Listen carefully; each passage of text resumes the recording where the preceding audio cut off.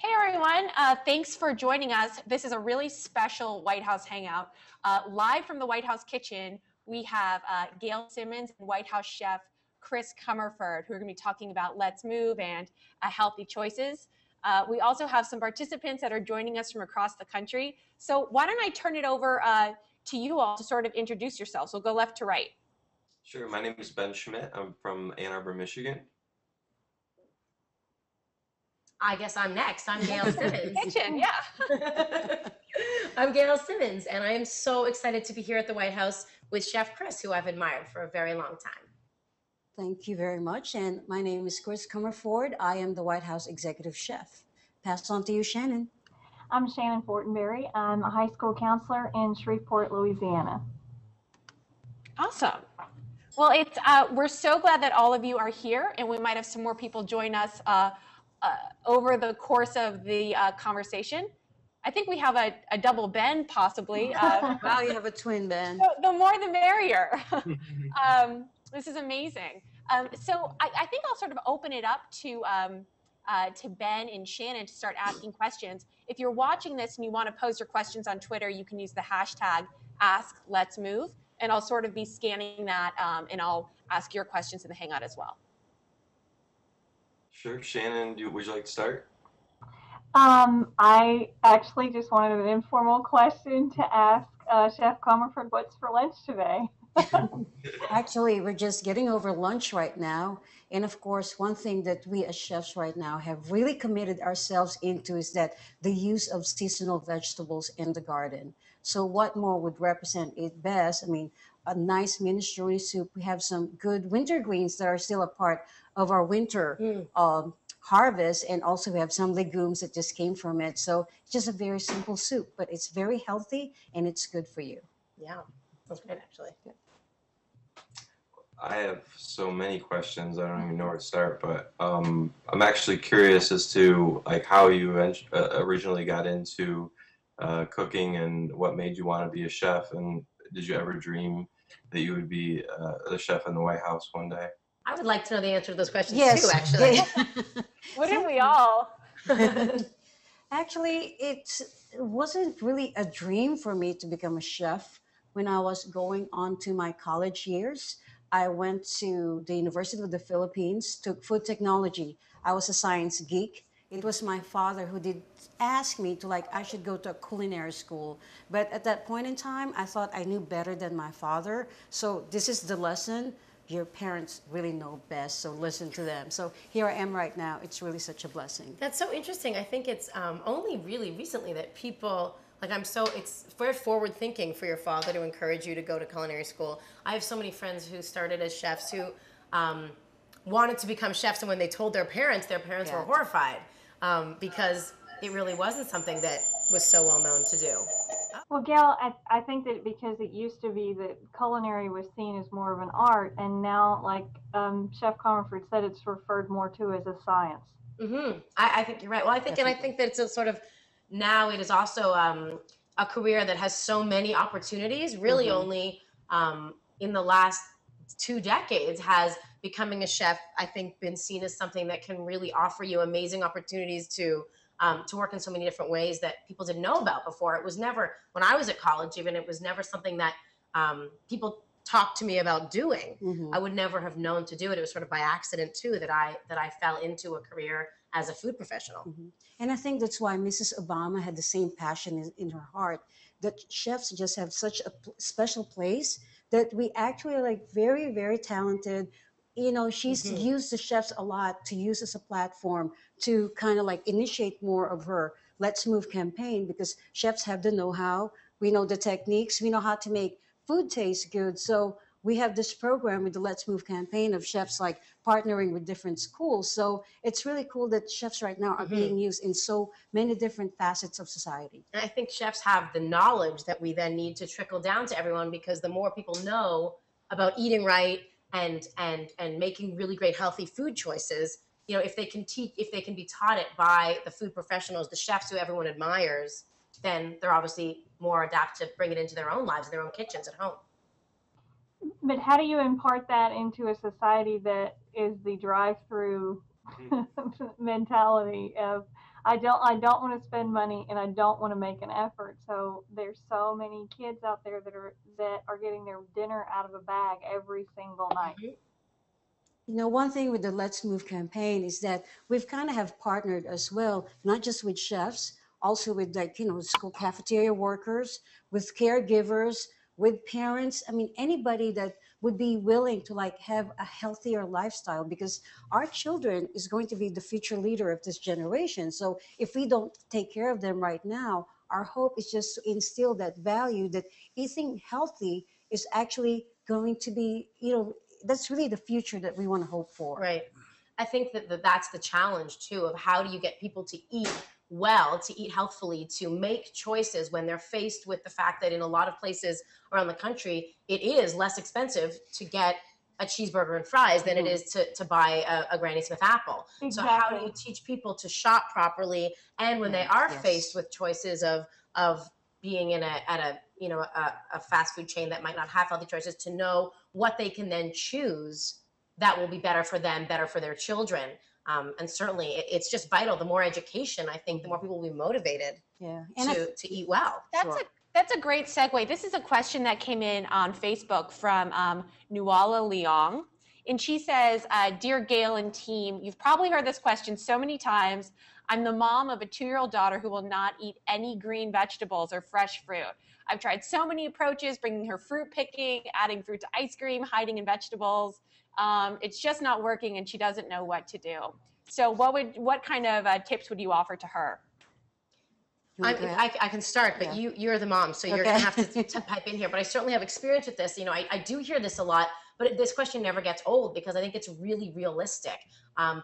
You know, the thing is that children, especially very young children, they're going to lean always towards sweet and always towards that kind of simple foods that often aren't the most helpful, that don't have the most nutrients. So how do you get them to eat well and to to incorporate more and try more things in their diet? You know, I think that this woman is doing all the right things. And I think that the smartest thing that she said there was taking her child into the kitchen with her, taking her child fruit picking, all of those things to get her involved in the food experience. 2 is still very young, right? You're still, you know, she's just learning to talk, just learning to make her own choices. But you hope that the more experiences you give your children in the kitchen, where they're involved and where they're trying new things, maybe they don't have to always like it. They're not going to like everything, but as long as they understand that all you have to do is try it, that when they do get older and are able to make their own decisions, that they will make informed decisions that do lean towards a larger, sort of more diverse diet.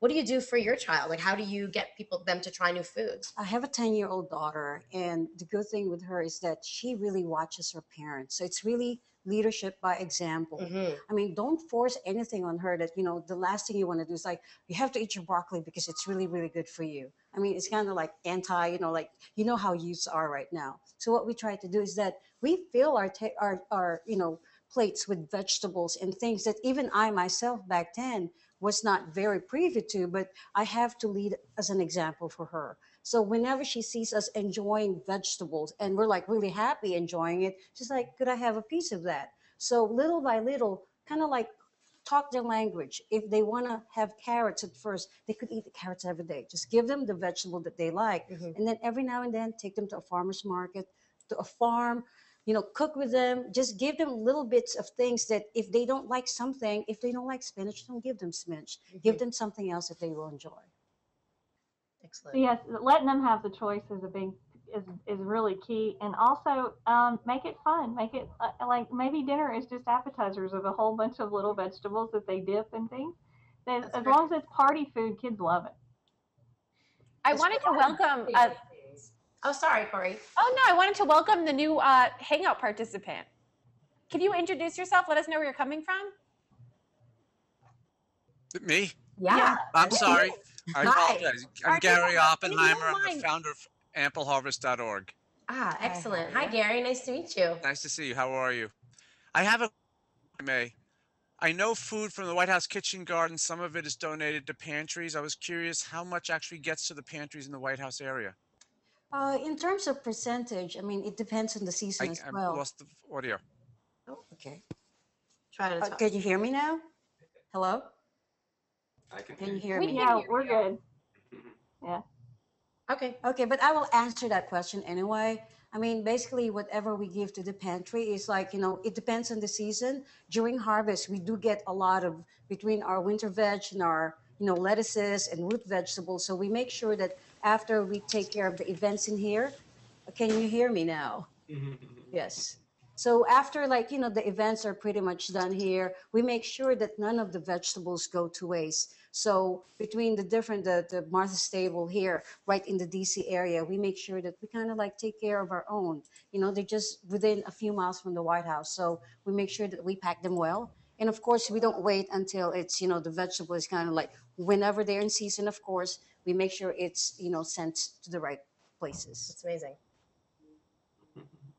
Uh, I wanted to just remind everyone we're taking your questions on Twitter as well. So if you use the hashtag #AskLet'sMove, I'm scanning Twitter. There's a question that comes from Shayla Price, and her question for both Gail and Cris is, what are your favorite dishes? You go Where do ahead. we That's always, begin? that's always the hardest question. It is the hardest question. I mean, exactly. I'm in this industry because I love to eat blatantly. But I really do love eating in season. I think that's something so important. And the same way that you don't want to eat everything every day, I feel like the cycle of the seasons is so important for that, because every few months you're introduced to a whole new beautiful crop of food. And it just so happens because of it that I get really excited at the turn of every season. So right now, what I love more than anything is all the beautiful spring vegetables that are coming into season, and spring berries. Spring is berry season, and berries are delicious. So I eat a lot of berries coming into spring, May into June. Right now, things like peas and asparagus, mushrooms are starting to come into season. I spend, when I get to cook at home for myself, that's the stuff I really gravitate to. I love making soups and stews. They're also really easy to freeze and to make big batches of so that I can eat them throughout the week. I love corn. I mean, corn in summer, peaches in summertime, all that stuff that you only eat for a little time that you really crave throughout the year. Those are my favorite. Oh, there seems to be a bit of an audio loop Gary, I going think on. make sure you're not watching it on your screen as well. That might be causing a little bit of feedback. Gary, can you hear me? All right. Well, Gary. Hey, I think there's a little audio feedback. Okay. Yeah. So if you could just, Yes. could you just turn it, not play it, not play the video on your computer while you're in the Hangout? I think problem solved. Great. Okay, so I'll turn it back over to the kitchen. Cris, do you want to speak on your favorite food? Yes, definitely. And just to piggyback on what Gail said earlier, seasons really dictate what I want to eat. There's always a price for like summertime, you got this beautiful peaches that just, Maryland also, and between Virginia, we have the local peaches that we love the most. You go to Catoctin Mountain in Camp David. I mean, it's just beautiful peaches in there during the summertime. And so really nature and season really dictates what I feel like eating for the most part. So when I go to farmer's market, to the grocery store even, I mean, I look around. I don't shop for something like I have a taste for. I look around and see what really looks best out there for me to use right now. To be inspired by. To be inspired by it, because, in the end, they will taste the best when they're in season, and they're actually cheaper too. So, you get like two big deals. So then how do kids that are going into a school cafeteria where there's not seasonal fresh produce and there's not berries and things like that, how do you get them excited about eating school lunch when they walk in and they don't see anything that they want to eat? Well, I think this is really where it falls to parents and to the administrators of school programming and school lunch programs, the chefs in the cafeterias, and really disseminating information to them. We're not going to be able to get children excited about school lunch if school lunch isn't going to hold any value for them. And I don't blame children for not wanting to eat it. It really is, I think, then where we really need to engage our local school systems as parents, as as members of our community, to make sure that the people who are facilitating the school breakfast and lunch programs are really taking advantage of and using the best product that they can get access to. And that comes, that's hard work. It's a very difficult thing because, as we know, the budgets are going to be limited. There are so many children in school breakfast and lunch programs in this country. And if they're not getting good food through those channels, how can they expect to learn for themselves, right? This needs to be an education process. Well, and that's exactly what they will say, is that, well, you're asking us to put a meal out for $1.67, yet you want it to have fresh seasonal produce, you want it to have all these healthy whole grains and lean proteins, and have the kids be excited about it. How are we supposed to do that when our budget just got cut like everybody else's? Right. Yeah, one wonderful thing that the Let's Move campaign has done in the last 2 years is that because of the Let's Move to School program, we've actually have installed about 1,000 salad bars in these different public schools. There are 31 million kids that are participating right now in the National Lunch Program and 11 million kids in the National Breakfast Program. So, this is really a very, very important issue. So, in the First Lady's, heart and passion is that these are what really want to target right now. The kids, healthy eating in school, teaching the administrators, working with the cafeteria workers in there, and even using us as chefs to partner with them. Right, that's so exactly. There's a lot of things that, Mrs. Obama is doing right now. And I think that the message there, I know a lot of chefs that I work with in New York City are getting really involved in their local schools. A lot of them are parents too, and you can only imagine that culinary professionals want the best for their kids. So, engaging and doing outreach to chefs that are local in your community to come in and talk to the kids, to talk to the cafeteria and school lunch professionals about creative ways to make the food more appealing, to incorporate more healthful choices, to see about, really expanding that dollar and making it work for choices that are more meaningful, more helpful to the kids. There's definitely a lot of ways to incorporate more vegetables that doesn't have to be really expensive. There are a lot of ways to get vegetables, even that are frozen or that are canned, but that are still going to be better quality than just, white rice and plain potatoes. Frozen spinach, frozen peas that are picked and then frozen at the peak of their ripeness are still going to have a lot of great nutrients, and there's great ways. It's all about being a little bit creative.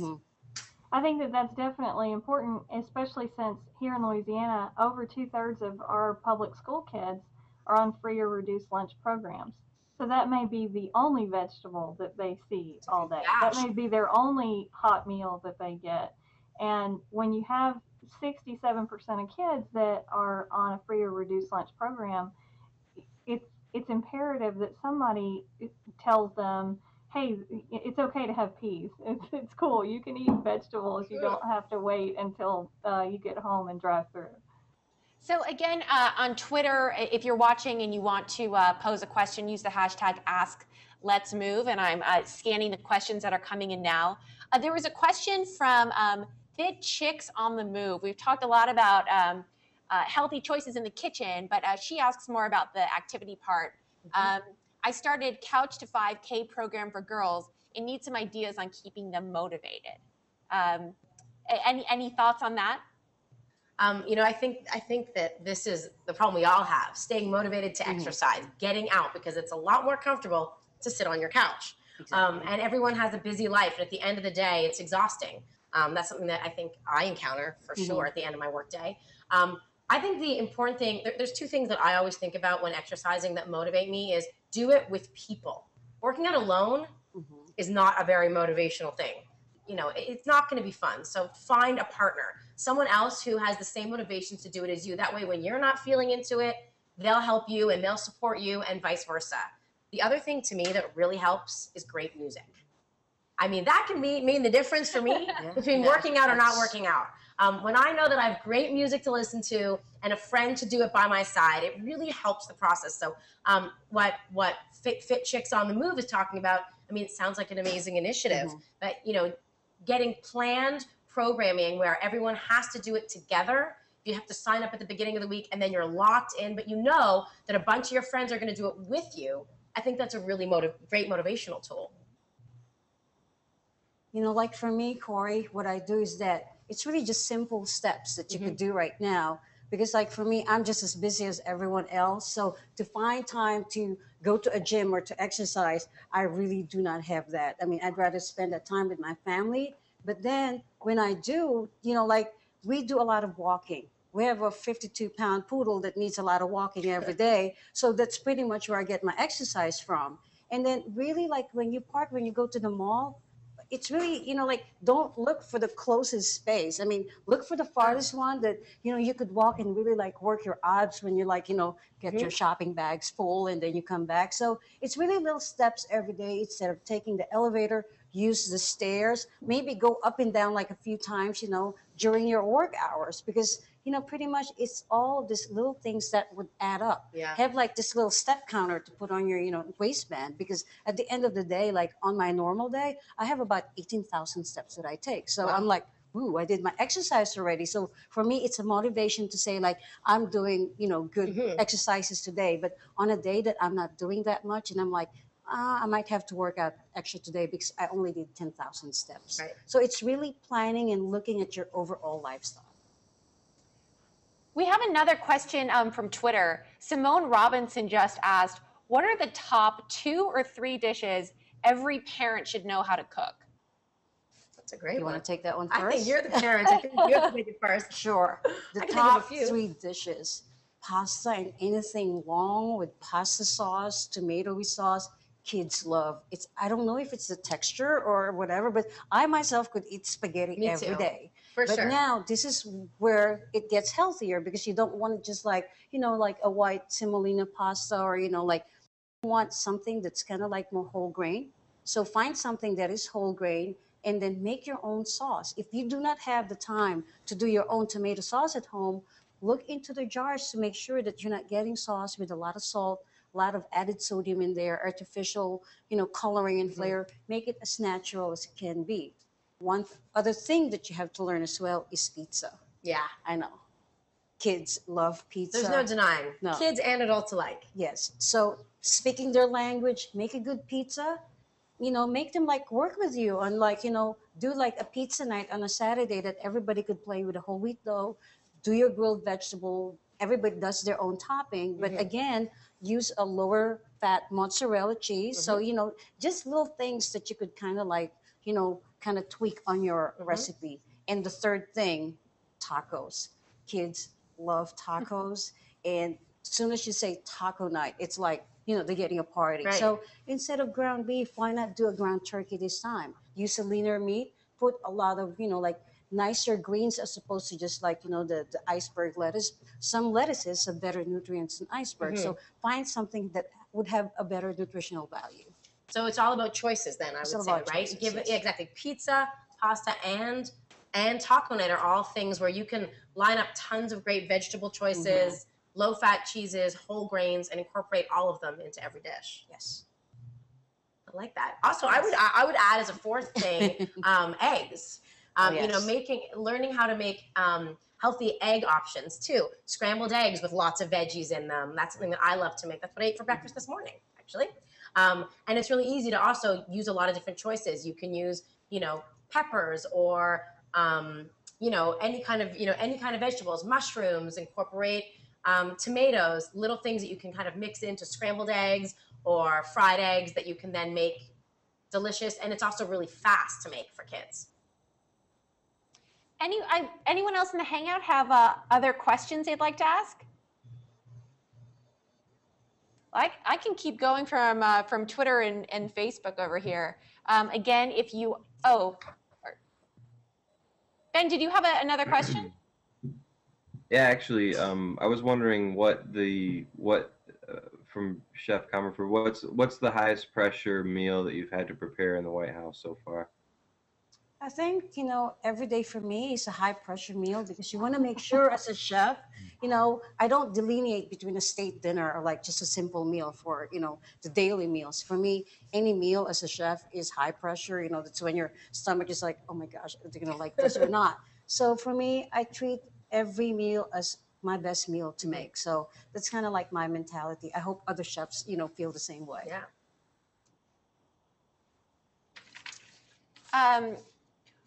One question that we had from Cooking Matters on Twitter is, what are your tips for making healthy dishes more affordable? Sure. There's lots of, I think that, getting the most for your dollar when you're shopping in the grocery store is really important. So there's a few things that you can do. Always when you're going to the store, look for specials, look for coupons, plan in advance. And also make a plan and be organized about what you want to cook for that week. That way you're not buying a lot of ingredients that then will be wasted. If you have a kind of a plan or an idea of what you have in mind, you're going to just buy what you need as opposed to buying lots of things and trying to figure out how to put them together and possibly wasting food later. And there's a lot of ways that you can kind of make choices for what you're going to make that will then make dishes more affordable, like cooking in bulk. If you, for example, one thing I love to do is if I have an hour or two free on a Sunday, I'll make a really big soup or a stew. And I know that I'll be able to eat it once or twice during the week. At least, and freeze whatever's left over for another time. And if you're going to make things in bigger batches, you're definitely going to stretch your dollar a lot more. Any ideas? Yes, you've said pretty much, really planning is the main key. When you, like on a Saturday night, this is a good day and a good time to really, as a family, cook together, get everyone involved. Do your bulk cooking, after you've shopped and pretty much, you get everything in there. You're chopping onion for spaghetti sauce anyway. You might as well, chop the onion for your soup that you're going to make for the week. So it's really looking ahead for the week and planning your meals so that way, whatever you're purchasing for that week, you just buy whatever's in season, whatever's, like sale at the same time, because that, couponing is really good as well. But it's really looking ahead, and for me, I love leftovers. So anything left over at home, I turn it into something else that kids won't think it's a leftover. It's just utilizing everything in the refrigerator as much as I can. I think also what can be confusing is you think that buying a lot of food in a larger quantity all at once is going to be less expensive.